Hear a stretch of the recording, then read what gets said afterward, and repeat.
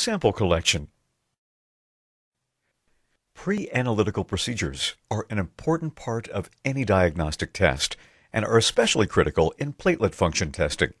We'll now review the appropriate sample collection procedure for this assay. The appropriate procedure for sample collection requires a 21-gauge needle or larger, or a butterfly cannula can be used as long as a 21-gauge needle or larger is used.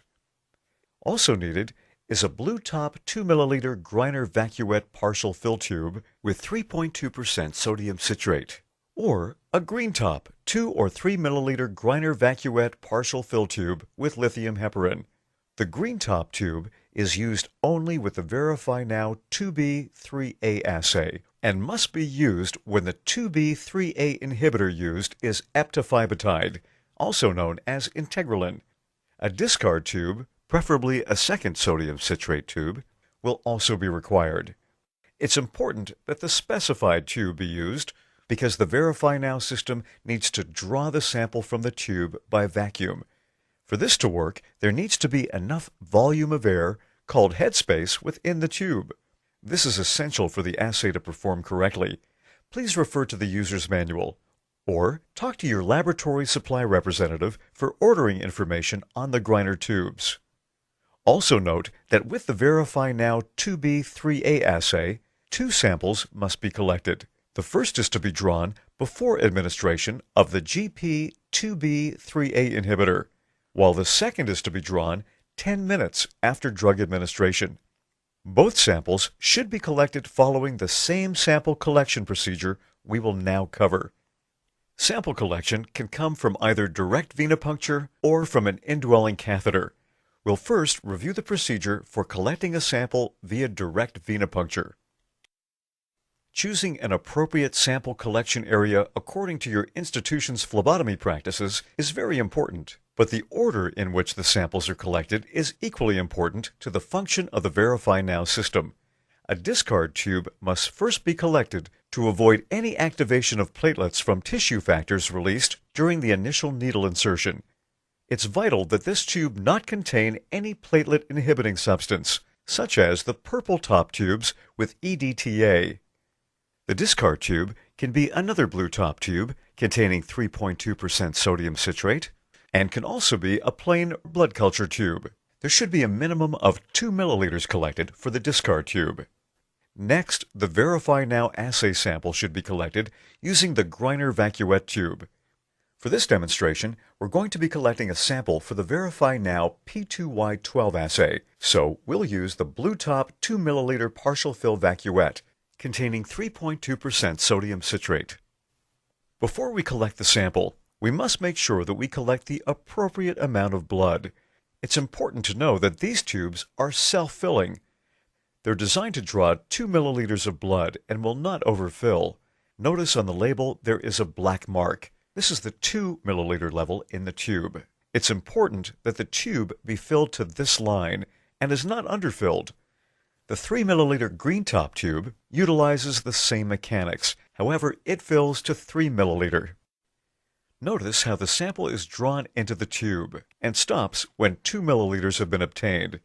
Again, we must verify that we've acquired the needed quantity of blood for the assay. Immediately after we've determined an adequate sample has been collected, we invert the tube 5 times to ensure adequate mixing and check the sample for evidence of clotting. Any sample that shows the presence of clotting should not be used, and another sample should be collected. After determining the sample is valid, we should write the time and date the sample was collected and the patient ID on the tube. After this sample is collected, it's now okay to collect additional tubes if a CBC or other tests are to be run.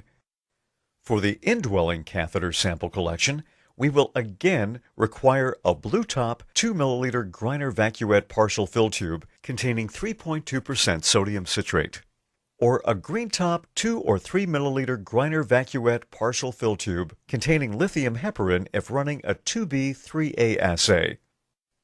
Before the test sample is collected, 5 milliliters of blood must be collected and discarded to clear the line. Also, we must ensure that the catheter is free of clots to enable a clean sample collection.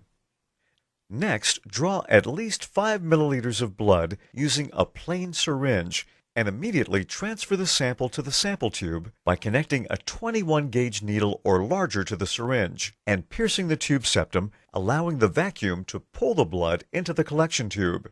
Verify that the tube is filled to the black mark on the tube label and is neither over nor underfilled, as this may cause errors when running the assay. Once we've determined an adequate sample has been collected, we invert the tube 5 times to ensure adequate mixing and check the sample for evidence of clotting. Any sample that shows the presence of clotting should not be used, and another sample should be drawn. After determining the sample is valid, we should write the time and date the sample was collected and the patient ID on the tube. Again, samples that are being collected for other tests, such as CBC in a purple top tube containing EDTA, must be collected after the VerifyNow sample, due to the inhibition of platelet function that is caused by these tubes. All sample tubes for the VerifyNow assays are to be stored at room temperature and should not be placed on a shaker plate or tube rocker. Also, once a sample is drawn, it must be used within 4 hours for the VerifyNow aspirin and P2Y12 assays, and within 15 minutes for the VerifyNow 2B3A assay. It's important that sample tubes collected for the VerifyNow assay not be shaken or excessively disturbed, as this can cause activation of the platelets or bubbles in the sample, both of which can cause an error when running the assay. For more complete information on sample collection and handling, please refer to the Sample Collection section of the User's Manual, assay package inserts, and sample collection procedure cards that were provided with the VerifyNow instrument.